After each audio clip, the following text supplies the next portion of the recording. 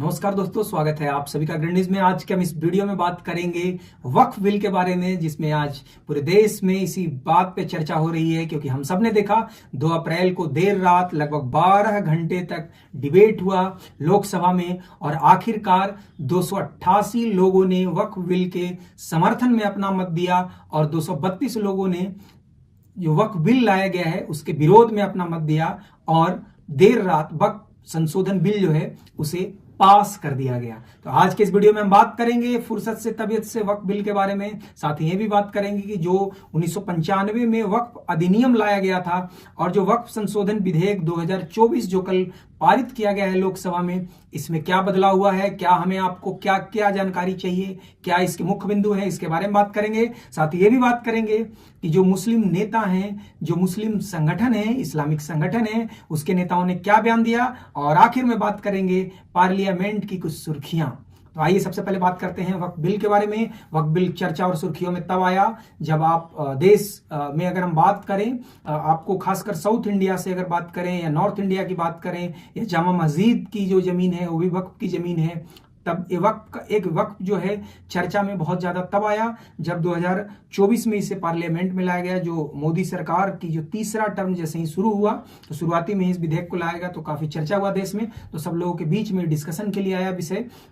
इसके साथ ही public discourse में ये भी चर्चा हुआ कि भारत सरकार की अगर हम बात करें तो रेलवे के बाद सबसे ज्यादा अगर जमीन किसी के पास है तो वक्फ के पास है जमीन है। कई जगह से ऐसे शिकायतें आई, जैसे हैदराबाद से शिकायतें आई कि हैदराबाद में वक्फ की ऐसी प्रॉपर्टी है जहां पर होटल, एक बड़े 3 स्टार होटल जैसे वहां पे कमरे बनाए गए हैं, भवन का निर्माण हुआ है और उसका किराया, एक कमरे का किराया 25,000 रुपए लिया जाता है और वक्फ की जो आपको अकाउंट बुक है उसमें उसकी किराया महज 2,500 रुपया दिखाया जाता है। ये चर्चा तब भी हुआ जब कल पार्लियामेंट में भी इस बात पे काफी चर्चा किया गया कि लालू यादव जी 2010 में जब भाषण दे रहे थे लोकसभा में तो उन्होंने ये कहा कि पटना के कई इंपॉर्टेंट जगह हैं, पटना के कई जो महंगी जमीनें हैं उसे वक्फ के नाम पर कब्जा कर लिया गया है, तो उसके लिए कड़े कानून आने चाहिए।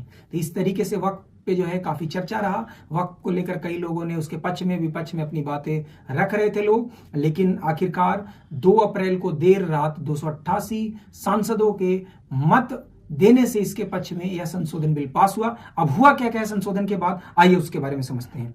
अधिनियम का नाम हम तुलनात्मक तरीके से समझेंगे कि वक्फ अधिनियम 1995 क्या था और वक्फ संशोधन विधेयक 2024 क्या है।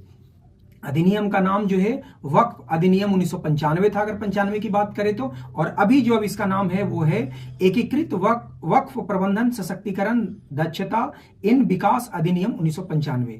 वक्फ की स्थापना की अगर बात करें तो घोषणा, उपयोग और वसीयत द्वारा अनुमति।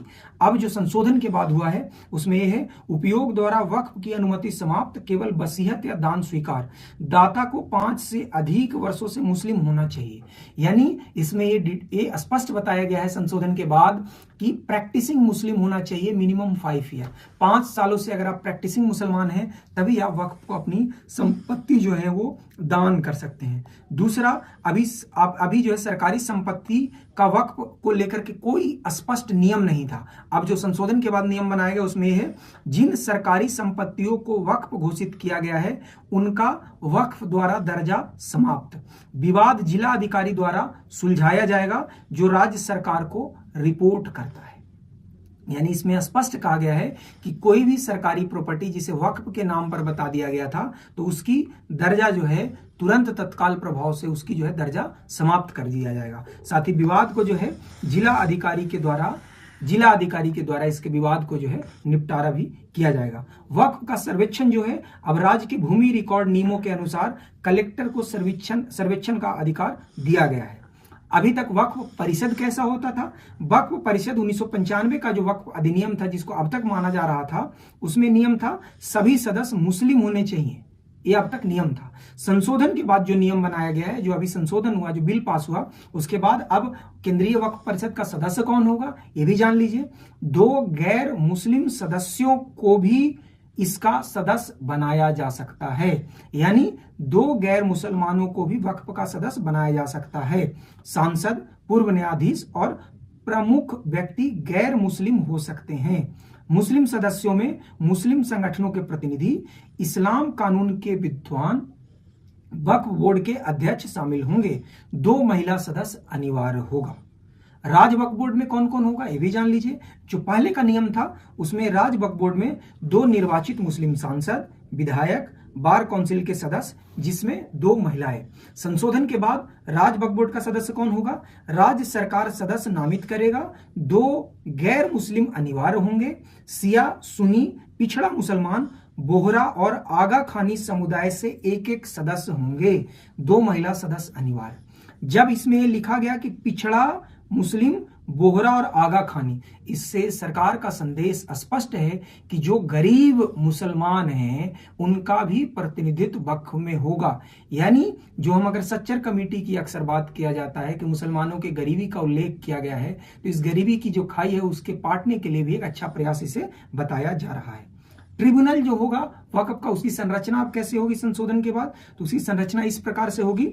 मुस्लिम कानून विशेषज्ञ की आवश्यकता समाप्त, जिला न्यायालय के न्यायाधीश अध्यक्ष होंगे, राज्य सरकार का संयुक्त सचिव सदस्य होगा। अभी तक इसको कोर्ट में चुनौती देने के लिए बहुत मुसीबत का सामना करना पड़ता था वक्फ की प्रॉपर्टी को। संशोधन के बाद क्या किया गया है? संशोधन के बाद 90 दिनों के भीतर हाई कोर्ट में अपील की अनुमति दी गई है। केंद्र सरकार की शक्तियां, अब तक इसमें कोई इंटरफेरेंस की कोई ऐसी कैपेसिटी पावर नहीं था। अब संशोधन के बाद जो शक्तियां दी गई हैं वो इस प्रकार हैं। केंद्र सरकार को वक्फ पंजीकरण, खाता, नियम और ऑडिट, कैग नामित अधिकारी की शक्तियां दी गई हैं। साथ ही संप्रदायों के लिए अलग वक्फ बोर्ड। अभी तक जो 1995 का जो वक्फ अधिनियम था उसके अनुसार सिया वक्फ 15% होने पर सिया सुन्नी के लिए अलग बोर्ड, लेकिन अब संशोधन के बाद जो लाया गया है उसमें सिया सुन्नी का तो रहेगा ही बोर्ड, इसके अलावा बोहरा और आगा खानी वक्फ बोर्ड को भी अनुमति दे दिया गया है। यानी जो गरीब मुसलमानों की हम बात कर रहे थे उसको भी इसमें तरजीह दिया गया है। अब जब ये 288 सांसदों के इसके पक्ष में मत होने के बाद जब बिल पास हो गया है, तो इसके बाद जो अलग अलग मुस्लिम संगठन हैं उसके बयान आए हैं, उसको भी मैं कुछ चर्चा करना चाहूंगा आपसे। जैसे आपको वक्फ संशोधन विधेयक पर मुस्लिम संगठनों ने दी सड़क पर आंदोलन की चेतावनी। ये चेतावनी किसने दिया है? तो ये चेतावनी आपको दिया गया है जमीयत उलेमा ए हिंद के अध्यक्ष मौलाना अरशद मदनी के द्वारा। साथ ही मुस्लिम पर्सनल लॉ बोर्ड ने धमकी दिया है कि जिस तरीके से किसानों ने आंदोलन किया था, किसान आंदोलन के तर्ज पर अब मुसलमान आंदोलन करेंगे।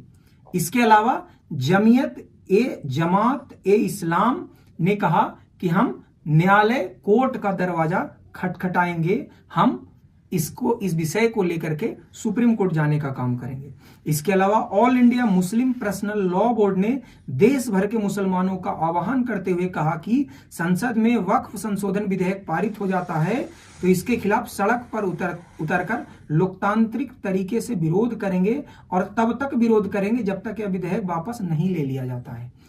इसके साथ ही बताते चलें कि all India Muslim personal law board ने जब सदन में 2 अप्रैल को 12 बजे कानून मंत्री, अल्पसंख्यक विभाग के मंत्री किरण रिजिजू के द्वारा जब ये विधेयक लाया गया तो उससे ठीक पहले 11:30 बजे एक प्रेस वार्ता किया गया और उसमें all India Muslim personal law board ने इस तरीके के बयान दिए।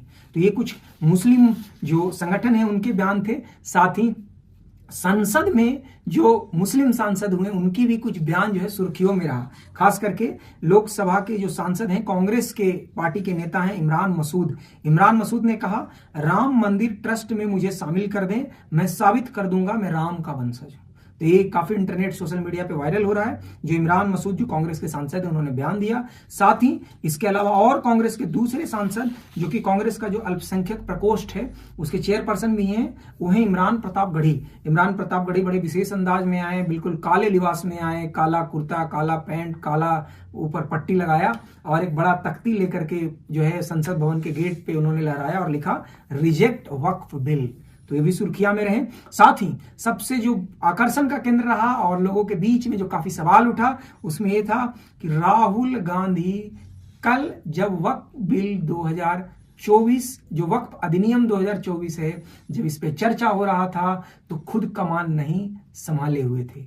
वक्फ संशोधन अधिनियम 2024 पे वक्फ बिल पे बोलने के लिए राहुल गांधी ने गौरव गगोई को खड़ा किया था। तो गौरव गोगोई जो है कांग्रेस का पक्ष रख रहे थे, यानी नेता प्रतिपक्ष के रूप में कल राहुल गांधी ने वक्फ बिल पर अपना स्टेटमेंट नहीं दिया। हालांकि अगर इंटरनेट और सोशल मीडिया प्लेटफॉर्म की माने तो कई लोगों ने लिखा कि हम राहुल गांधी को सुनना चाहते थे, कई लोगों ने यह भी लिखा कि राहुल गांधी इस पक्ष में नहीं बोले, ये कांग्रेस पार्टी के लिए भी सही नहीं रहा। हालांकि खबर इतनी ही है कि गौरव गोगोई ने राहुल गांधी का कमान संभाला कल बोलने के लिए। इसके अलावा कल सुर्खियां और भी रहा, सबसे ज्यादा सुर्खियों में रहे लालू यादव। चाहे भाजपा के सांसद रविशंकर प्रसाद बोल रहे हों, आपको जदयू जो कि आपको एनडीए जो अलायंस है, जो गठबंधन है भाजपा का, उसके प्रमुख दल है, उसके जो केंद्रीय मंत्री हैं राजीव रंजन सिंह और ललन सिंह, वो भी बोल रहे थे, तो लालू यादव को उन्होंने कोट किया। साथ ही केंद्रीय मंत्री जो एमएसएमई मंत्री हैं, गया बिहार से सांसद हैं जीतन राम मांझी ने भी लालू यादव का जिक्र किया। आखिर क्यों लालू यादव इतने चर्चे में हैं? तो लालू प्रसाद यादव ने वर्ष 2010 में वक्फ को लेकर कड़े कानून बनाने की मांग किया था पार्लियामेंट में। इसके अलावा ममता बनर्जी का भी प्रतिक्रिया आया। ममता बनर्जी ने प्रतिक्रिया दिया कि सभी पार्टियां संविधान को सभी पार्टियों को मानना चाहिए और हम लोग वक्फ की जो संपत्ति है उसके लिए लड़ाई लड़ेंगे। बंगाल में आने वाले साल में चुनाव भी है और ममता बनर्जी के लिए माना जाता है कि ममता बनर्जी का एक बड़ा वोट बैंक जो है मुसलमानों का है, तो इसके लिए भी ममता बनर्जी का बयान इंपॉर्टेंट था। अब संसद में और अगर चर्चा करें सुर्खियों की, तो संसद में देखा गया कि अखिलेश यादव ने ये जो वक्फ बिल लाया गया है इसके विरोध में अपने बात को रखा। सपा के सांसद जो जितने भी मुस्लिम सांसद थे उन लोगों ने विरोध में बात रखा। असदुद्दीन ओवैसी इसमें कहाँ पीछे रह जाते हैं, असदुद्दीन ओवैसी ने भी अपनी आपत्ति दर्ज करवाई। इसके अलावा शिवसेना जो उद्धव ठाकरे गुट है उसने भी इस वक्फ बिल जो है वक्फ बिल के समर्थन में आकर के अपना मत का प्रयोग नहीं कर पाए, जिसे लेकर जो सिंधे गुट के जो सांसद थे उन्होंने भी जमकर कटाक्ष किया। तो कल पार्लियामेंट में दिन भर जो है बहुत ही शानदार तरीके से इस पे बहस हुआ, लगभग 12 घंटे का बहस हुआ और अंततः जो परिणाम निकल कर आया वो यही निकल कर आया है कि वक्फ बिल को 288 सांसदों के पक्ष में मतदान करने से बिल पास हुआ, जबकि इसके विपक्ष में 232 सांसदों ने अपना मत का प्रयोग किया। वक्फ बिल और इस तरीके की तमाम लोकसभा से जुड़े हुए नए बिल और नए अधिनियम से अपडेट आपको ग्रैंड न्यूज के माध्यम से हम देते रहेंगे। आप हमें यूट्यूब चैनल पर देख रहे हैं तो चैनल को सब्सक्राइब कर लें। धन्यवाद।